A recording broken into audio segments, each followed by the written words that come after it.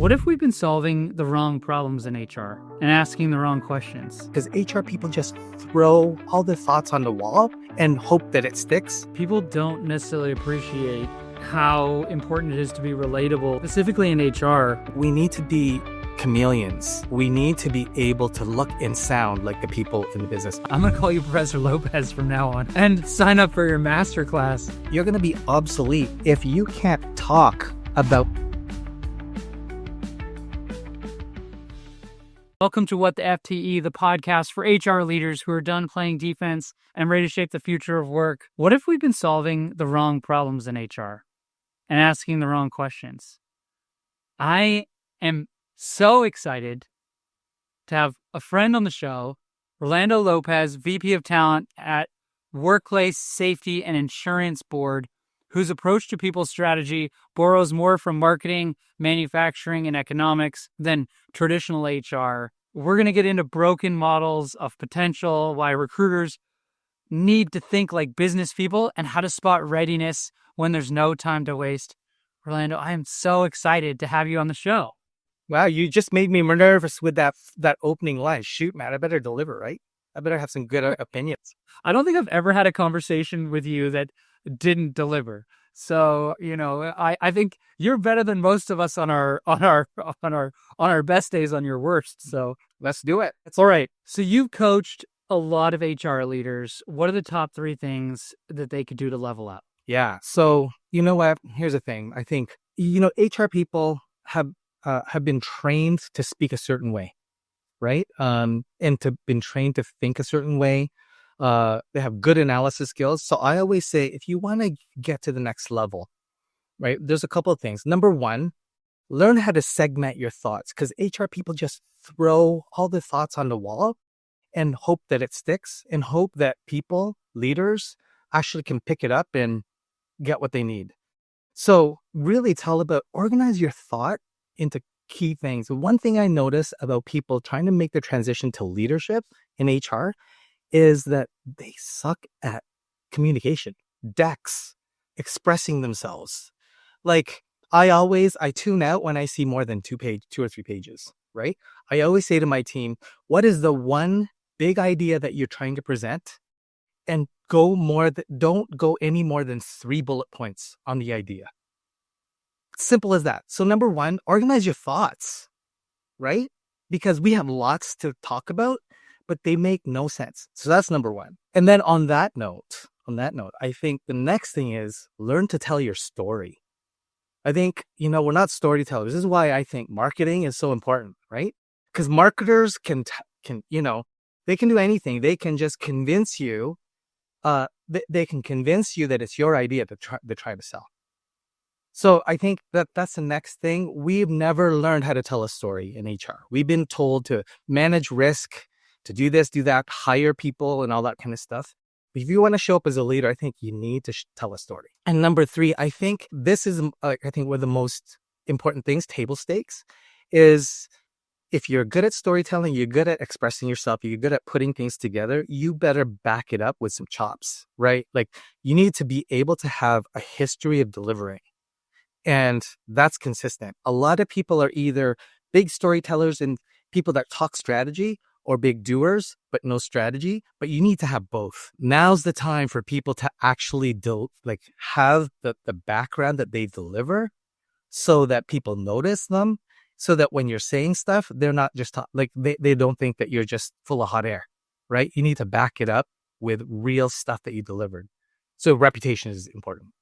So I'd say that's the 3 things I would say to people. That is such good advice. On that last point, I love how you're putting this together with impact. And I agree that now is the time when people start looking at the HR function as overhead as opposed to acceleration towards your business goals. Like that's where things get challenging. So when you have people in those positions that are, leading with strategy and delivering outcomes and showing how they can create leverage across the business, I think it's like the most valuable. Yeah. I think it's the most valuable team in an entire company when it's working the way that it's supposed to. Absolutely. That's the thing that gets you a seat at the table, right? And keeps it there. Totally.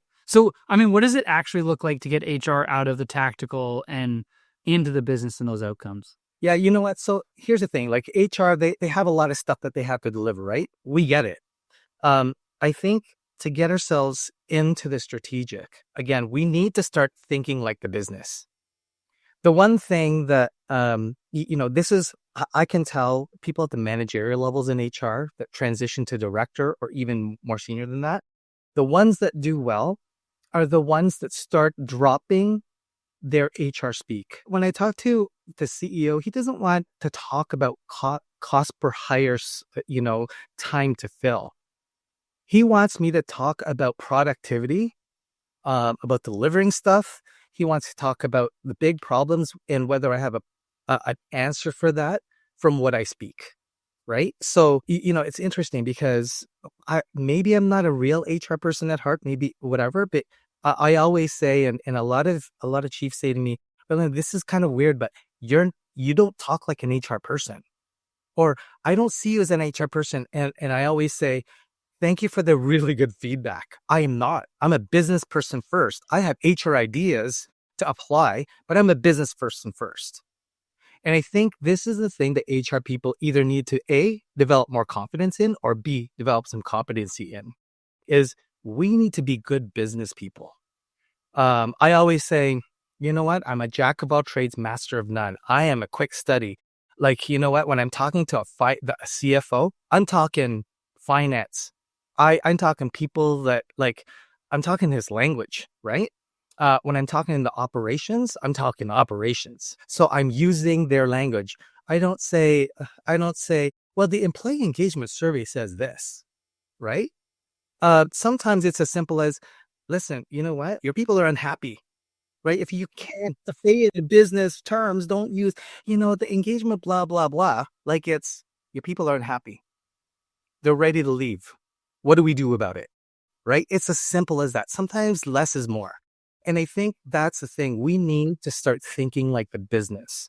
So HR people, the key knowledge we need to learn is, what business are you in? I think when I look at HR people that are well respected, they are the ones that know the business well, right? It's almost like we need to be chameleons. We need to be able to look and sound like the people in the business. One of the things I remember early in my career, I was a recruiter, and I had a question from someone I was interviewing, and they're like, okay, I have a question for you. What is it that you do in the company? And I was like, what do you mean? Isn't it clear? I'm recruiting. Like, I'm recruiting you. I'm a recruiter. It's like, oh, I thought you were like an IT manager, because I was hiring for an IT role. I think that's the best compliment I've ever had. Because if we can actually speak like the business and people understand it, then we have a seat at the table. So I think that's the one thing HR people need to do. Yeah, I think you nailed that. People don't necessarily appreciate how important it is to be relatable. And specifically in HR, you're dealing with every human in the business. So as you start to get up into the director, the VP, the C level, you've got to be relatable across every part of the business. And you kind of do need to be a chameleon, because you need to deliver the same outcome across, 4, 5, 6, 10 different people that are speaking the same language. So, your development or IT department, you can't always give the same message as you do to your finance department. Yep. Or to operations. Like these are actually, the words that are coming out of your mouth are different. The outcome might be the same, but you've got to be able to relate. Yeah, you know what? I always say this is a good litmus test for me. Am I, really getting an understanding? I always say, if I have an opinion about the business and I boldly say it with confidence, and they don't look at me as if I have two heads, right? Then I've done what I got a foot in the door. So it's always something that I test myself. I remember I was asked to be in an IT implementation many years ago at the banks. I remember, there were business people and IT people in the same room, and it was some sort of kickoff, and there was an SVP of technology there. And I was like, you know what? I want to test my understanding whether I can pass it as an IT person. So I started trying to speak their language. I was like, shoot, you know what? I'm going to get left out the door. But the SVP came up to me later and said, I'm sorry, I don't know who you are. I was like, well, because I don't work for you. And he's like, you don't? Like, who are you? Where do you work? It's like, I'm in the business. I'm an HR guy. You're implementing me a talent management software. This is your team. He's like, oh, I thought you were in my team. And I was like, okay, thank you. I got a foot in the door. That is what I need to do. I think that's what we need to do. We need to be so knowledgeable that, that people mistake us as the business. I mean, you have an uncanny ability to relate to people, and I love that about you, and also in how you build talent. I mean, when you talk about this in an HR perspective, like that makes great talent across the organization. That makes great leadership, and that makes great outcomes. And I love the trajectory of talent from people in HR where they don't need to end up as CHRO. They can end up in operations, they can end up in IT, they can end up in a whole bunch of different parts of the business because they have that breadth and ability to relate. So I love that. Yeah, that's so important. We've talked in the past about talent replenishment ratio, and it's a big unlock. Like, what is it? Why does it matter? Well, you know what? It's something that I coined together. I remember when I was at the last job in retail, we were in the pandemic.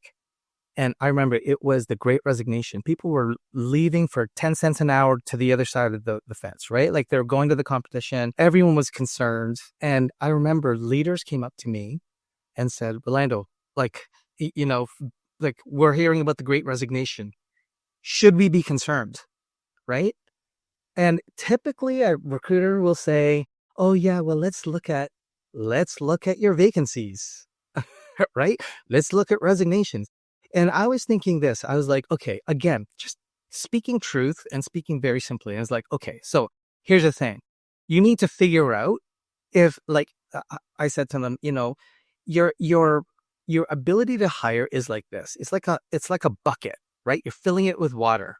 How big is the hole in your bucket? I was like, if your hole in the bucket is bigger than your ability to fill the bucket as quickly as possible, then you got a problem. And so I said, this is all about talent replenishment ratios, right? I just made it up. I was like, what sounds like a fancy word for filling up a bucket? Replenishment, right? So anyways, it's very simple. Like, and again, this is not rocket science, right? But it's taking a different element to the typical metric crap that we are trained to say and regurgitate and sound like we're smart. So it's not all about that. It's about, okay, what's the business's problem? The business is concerned whether or not they're losing people more than they can hire them, right? And so losing people is attrition, hiring them is recruitment. So what's the measure of two things, right? Divide this versus that, and you get talent replenishment ratio, right? So it's really what I coined was, well, it's the rate of which you're hiring relative to your attrition. So if you're hiring faster, then your attrition, your talent replenishment ratio should be at 1.0 or higher, right? If you're at 1.1, that means your hiring is 10% more than your attrition. If it's at 0.8, then your attrition is 20% bigger than your ability to hire. And so, I mean, very simply, right? Like, it's like, oh, like the businesses weren't really like, oh my gosh, this is great.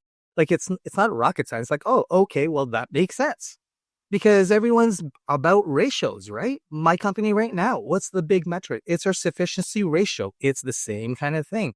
Are we using our liabilities more than we can handle or not? Like, that's what it's all about. So, but what got picked up was ERG people. They started knocking on my door and to say, yeah, can you give us some sound bites for our ERG report? And I was like, on what? On talent replenishment ratio. And I know where that's going. When you have to fill out an ERG report, you have to basically sign your life with blood to attest that this is safe and sound and it's based on the competition. I was like, no, sorry guys, I'm not going to sign off on this because I made it up. It's just a metric that I put together because the business is asking for it. And they said, but this is a good sound practice, right? On talent, because at the time, the loss of talent made it to the top 10 risk lists of that that organization. So that's the thing. So it's kind of like we had to have an opinion on the business. We have to be able to articulate it in their terms, not in our terms. And we need to take a look at our data and apply it against other data that you can then create some sort of metric or analytics that makes sense to them. That's a thing. So to me, that's just an example of how HR people should start thinking. It's all about data analytics. And to me, I mean, data science has become so big right now, but first things first, do you know what to do with the data? Do you know how to apply it against other data? And if you can only talk about HR data and nothing else, then you got a thing to learn, right? Because HR data is one-dimensional. Leaders are looking for 2- and 3-dimensional information. And that's what we got to do. It's that old expression, you can make data say whatever you want it to. And yeah, it's sure. supporting you got to support your thesis with that data. I mean, I love this talent replenishment ratio, this TRR metric. I mean, I'm going to call you Professor Lopez from now on and sign up for your masterclass and the book. Cause it's not something that I've thought about. I mean, you think of attrition and you think of hiring, but like looking at that ratio is something that's absolutely critical. And when you think of like retail or like, high volume hiring businesses with lots of turnover. Yeah. Right. It's so important. And it's so simple, but it's very telling when you start looking at the ratios. Yeah, for sure. Then you can start playing around with the data, right? So I was like, okay, so like what I remember the story. I was like, okay, so let's take a look at talent replenishment ratio. They're at 1.1. So on the surface, it looks pretty good, right? And so they're like, yeah. So we don't have a problem. I was like, wrong. I was like, let's peel back the onion. I was like, okay, let's take a demographic of that though. So I said, okay, what's the biggest demographic? The biggest demographic in your stores are those people between the ages 30 and 40. When you look at that, they're the managers. They're the people that add a lot of value. So when I applied that, the talent replenishment ratios were 0.8. So I said, look at that. Look beyond the day. And I was like, why is it 0.8 and your overall numbers are 1.1? It's like, because you hire a lot of students part-time. They're part of this equation. Well, you got that, no problem. Now that's what you have to focus on, right? Then I said, now let's look at tenure. People, 10 years and above. They're the ones that with corporate knowledge. Same kind of thing. It was like 0.9 something, right? It's like, still got a problem. So I said, now you can focus on the real problem. Don't look at it a broad brush. Look at it isolated. What are the real issues you have to work on? Not hiring in general, but hiring the right people, retaining the right people at a specific age and a specific tenure. Now they got a strategy, or at least the blueprint for a strategy, right? So how do you recommend? So, I mean, we're talking about at the VP level, like bringing it down a little bit, like as a recruiter, how do you help the rest of the business talk about this in a way that like, because as a recruiter, I mean, typically you're like, oh yeah, no, I'm really focused on the hiring, but like, I mean, how do you think you can set yourself apart as a recruiter by going and saying, look, I can hire more people, but like, we got to look at the TRR here, and how do I help fix the leaky bucket? Yeah. Like, you know what? It's, so for example, down to the frontline recruiter, right? They need to start, it's now the brass tacks. So what's a typical activity that recruiters do? Intakes, right? Intake sessions with managers. So in the front line, I mean, they may not be able to impact a larger organization, but they can impact the person that they're hiring for, right? So you have to ask, okay, let's look beyond this. Why are you hiring this person? Like, listen, you've come up to me. This is the 4th time you've come up to me and asked me to fill a position this year. Is this the same thing? Are you growing or are these people still leaving? Right? Like, what's the problem here? So I think it's having that boldness, not to just check the boxes and, all that kind of stuff, but it's really engaging conversation, right?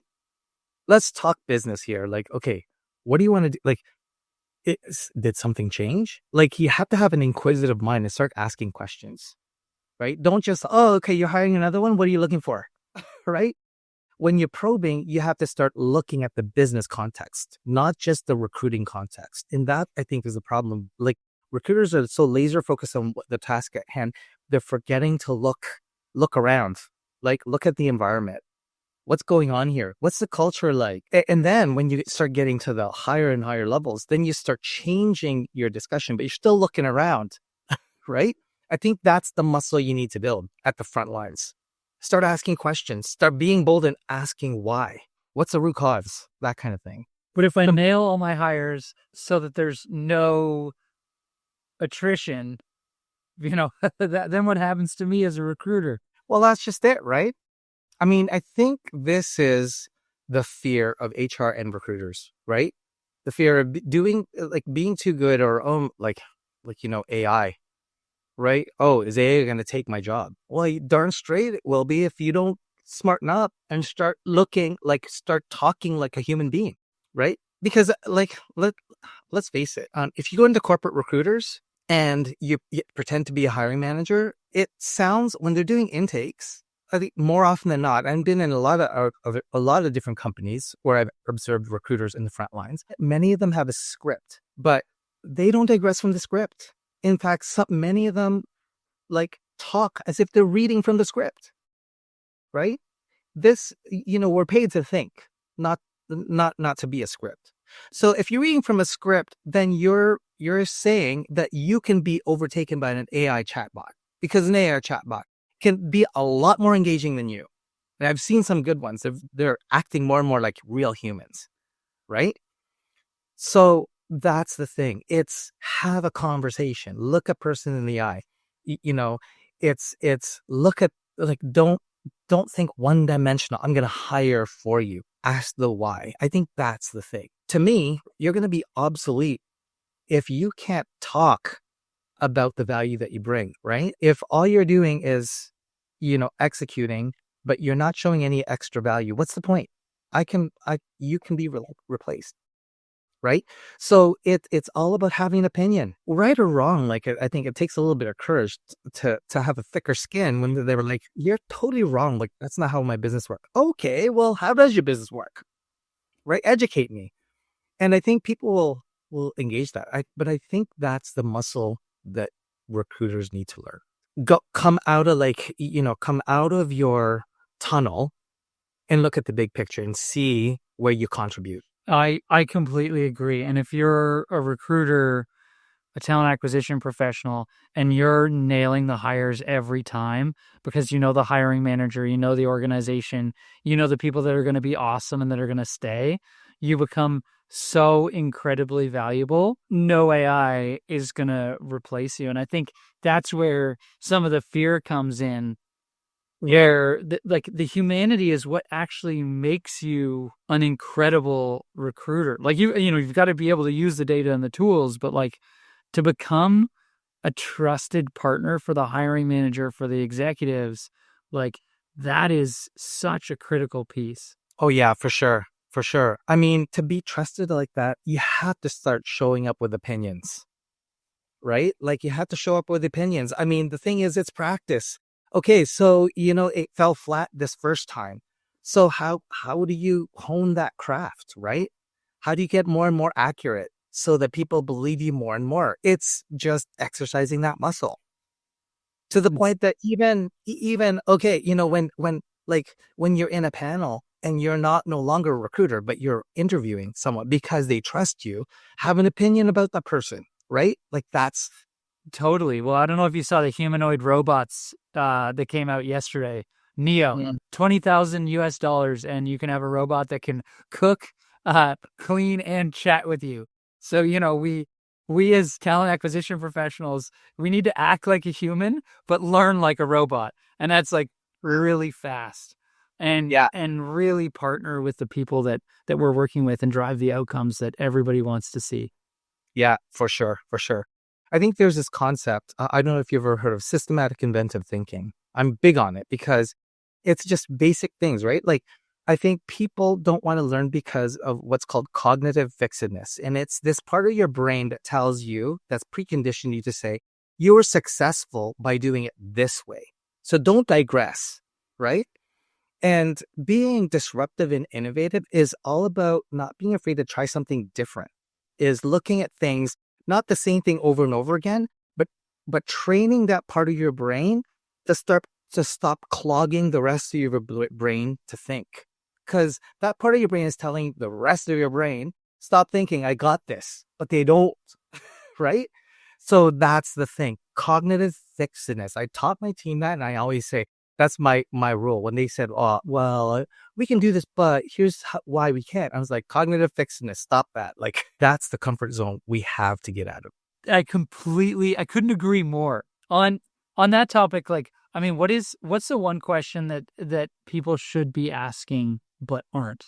The one thing we never ask that we should be is, what is the business's problem that they're trying to solve, right? Because we immediately think that we know what the problem is, or we're asking, what is the HR problem we're trying to solve, or what is the recruiting problem we're trying to solve? But it really, what we're here for is to help the business succeed in the business that they're in. So we need to understand what is the problem they're trying to solve. That goes back to the whole talent replenishment ratio. Like, it wasn't an issue of vacancies and resignations. It was about the hole in the bucket. So that's what I honed in on. So what I'm hearing you say is you're afraid that your hole in the bucket is bigger than your ability to fill it. Okay, well, here's some metrics. Like, so that's what we got to do. And I think that's the problem with recruiting right now, right? They're so they're so preoccupied with what they're doing wrong and how they can improve, that a lot of the products out there, like all the AI stuff, is trying to improve the dysfunction of recruitment and not answer the real problem of the business, right? So I think there's an opportunity for AI people to actually, you want to develop something that's a recruiting tool, don't talk to a recruiter, talk to the business and ask them what keeps you up at night when it comes to hiring. Right? Sometimes it's not even a hiring issue. Sometimes it's something completely different, right? In my case, right now, we're dealing with attrition all the time, right? And so it's not a hiring thing. It's a people leaving kind of thing. So trace that back to recruiting. What's recruitment's input on attrition? Well, maybe it's a bad hire. Okay, so how can we do better, right? Or maybe it's not necessarily a bad hire, but maybe it's, predicting the right kind of hire. They're all right hires, but who's more likely to stay? Who's more likely to get promoted? Who's more likely to get this, that, and the other? You know what? Like, this is the thing I love about AI, right? So you can, we have lots of data, an HRMS plus a financial system plus this, that. You put it all together, that's a ton of data that you can play around with, right? And AI and data analytics and all that kind of stuff is all about taking that data, creating some algorithms, and having some sort of machine give you some opinions, right? That's what we need to do. So what's the problem we're trying to solve? And so I think that's something that, we need to answer or ask ourselves better. So what is a business problem we're trying to help solve? Not what is the recruitment dysfunction you're trying to fix, right? I see a lot of, vendors come up to me. Oh yeah, well, we have this AI tool that can help you source candidates better. Recruiting dysfunction. That can help you assess candidates better. Recruiting dysfunction. That can help you video interview faster. You can do more with less. That's a recruiting problem, not a business problem. So what's the business problem? I think that's the thing we need to ask ourselves more and more. Crazy idea. What if you put recruitment and retention in the same team? Wouldn't that be great? Actually, yeah, that's what we did. That's what I have. Right. There I have you go.